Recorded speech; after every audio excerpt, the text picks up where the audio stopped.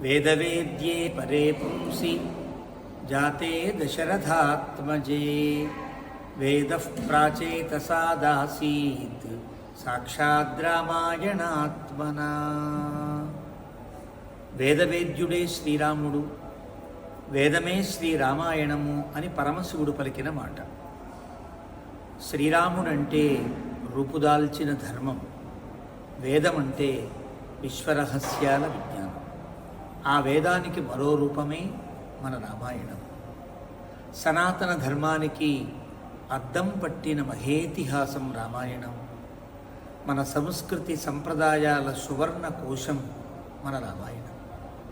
అలాంటి రామాయణం కూడా కొందరు విదేశీయులైన వారి కుచ్చిత భావాల వల్ల, కొందరు విధర్మీయులైన వారి కుట్రల ప్రభావాల వల్ల, కొందరు విమతీయులైన సజాతీయులైన మన వారి కుతంత్రాల వల్ల శంకాపంకిలమైపోయింది. ఎన్ని కల్మషాలను కష్మలాలను గుర్మరించిన గంగ ఎలాగైతే పవిత్రమో నిర్మలమో, అలాగే మన శ్రీరామాయణ గంగ కూడా ఎన్ని కష్మలాలను పడవేసినా అది చాలా పవిత్రమో నిర్మలమే.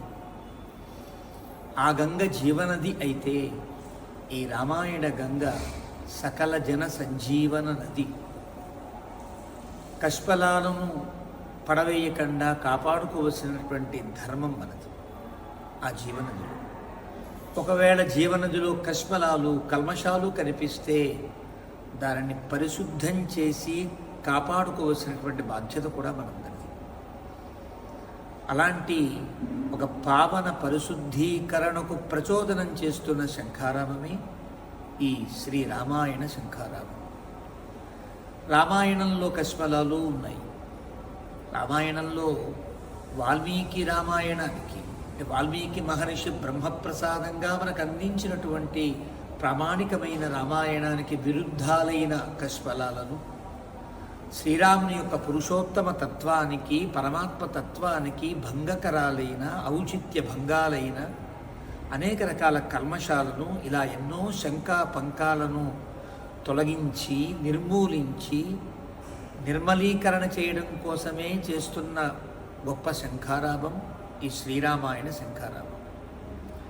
ఈ శంఖాన్ని పూరించేవాడెవరు అంటే అకళంక చరిత్రుడైన హనుమంతుడే. ఆ హనుమంతుడు అమోఘో రామసాయక అని కీర్తించబడ్డవాడు.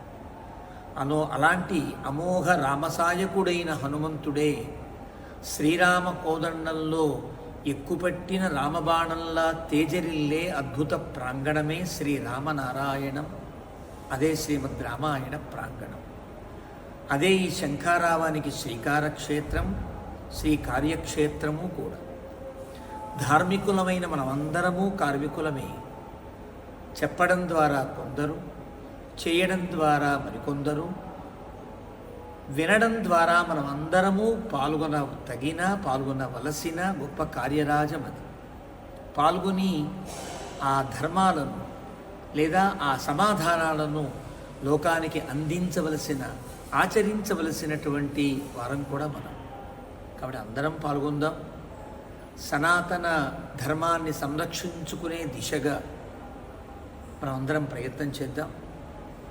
ఎవరైనా రామాయణాన్ని దూషించిన, రామాయణాన్ని విమర్శించిన వారికి ప్రామాణికములైనటువంటి సమాధానములతో వారిని మనం నిలువరిద్దాం. అలాంటి గొప్ప అద్భుతమైనటువంటి సమాధానాలను మనకు ప్రసాదించే ఒక వేదికయే ఈ శంఖారావానికి ప్రాతిపదిక. అందరం పాల్గొందాం. ఆ రామాయణ శంఖారావంలో పాల్గొని రామాయణ రహస్యాలను, రామాయణ విశేషాలను తెలుసుకుని రాముని యొక్క దివ్యానుగ్రహ పాత్రులే తెలిద్దాం. అందరూ పాల్గొందాం.